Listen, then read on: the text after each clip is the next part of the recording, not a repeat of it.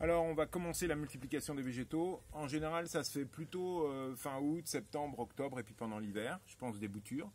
Mais je veux quand même vous donner les grands principes du bouturage.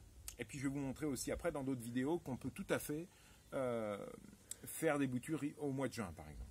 Alors, là, vous avez sur cette partie-là une planche de mon jardin où je ne cultive pas des légumes, mais je fais des boutures. Alors, des boutures de rosier, ici des boutures de vigne. Ici de la casseille, qui est un hybride entre la groseille et le cassis. Et puis des saules, parce que ça marche bien. Alors, les boutures, c'est quoi? C'est une propriété qu'ont les végétaux à refaire des cellules de racines. Ça veut dire qu'ils ont la possibilité, quand vous les coupez à la base, que le tissu qui était un tissu d'écorce, par exemple, redevienne racine. C'est un petit peu comme si nous, on allait chez le coiffeur et chaque cheveu donne un canotier jardinier. Vous imaginez, tout le monde serait bon en jardin. Bon, trêve de plaisanterie. Ça s'appelle la totipotence cellulaire. Ça veut dire que la base de la bouture est capable de vous redonner naissance à des cellules souches, des cellules de racines quand elles sont dans de bonnes conditions.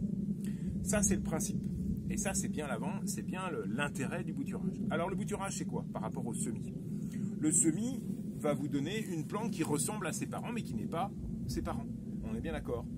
Nous tous, nos frangins et nos frangines, sont des êtres de la même famille, avec un patrimoine génétique lié aux parents, mais différents les uns des autres. C'est la multiplication sexuée. Et donc, vous avez des individus qui ressemblent aux parents, mais qui ont un capital génétique différent. D'où une certaine richesse de variété de fleurs. Par contre, si vous voulez faire le même individu, exactement le même, de la photocopie couleur, on pourrait dire, eh bien, il faut faire de la bouture. Parce que la bouture, vous prenez un rameau, une racine ou une feuille, parce qu'on peut même faire des boutures de feuilles, vous la mettez en terre et vous n'allez pas avoir le fils ou la fille de l'individu, mais une copie exacte de cet individu. Une photocopie couleur, un clonage d'ailleurs. Il y a bien longtemps que l'homme clone les végétaux. Il a débuté chez les animaux, mais au niveau des végétaux, il y a très longtemps que l'on sait cloner. Vous avez donc une photocopie couleur. Alors attention, parce que si vous bouturez, vous allez avoir le même individu, mais attention, s'il est malade, votre individu sera malade. Ce qui n'est pas le cas pour le semis. Bon, allez, on revient sur la bouture. Grand principe de base de la bouture. Quelque chose de très facile à faire. Je ne vais pas vous apprendre à faire des boutures de saules, mais je vais simplement vous faire un petit cours de botanique. Donc vous avez une tige ici, et vous avez des feuilles. À chaque feuille apparaît un bourgeon. On est d'accord? Vous pouvez vous approcher un petit peu au soleil. La feuille, qui dit feuille, dit bourgeon. Ici. D'accord? Eh bien, là, c'est ce qu'on appelle un nœud. Vous avez un entre-nœud et un nœud. Chaque feuille, chaque bourgeon est un nœud. Le nœud qu'on retrouve dans le bois, hein, bien sûr. Et entre les deux, entre deux nœuds, c'est un entre-nœud. C'est pour ça que je suis jardinier, parce que c'est relativement simple.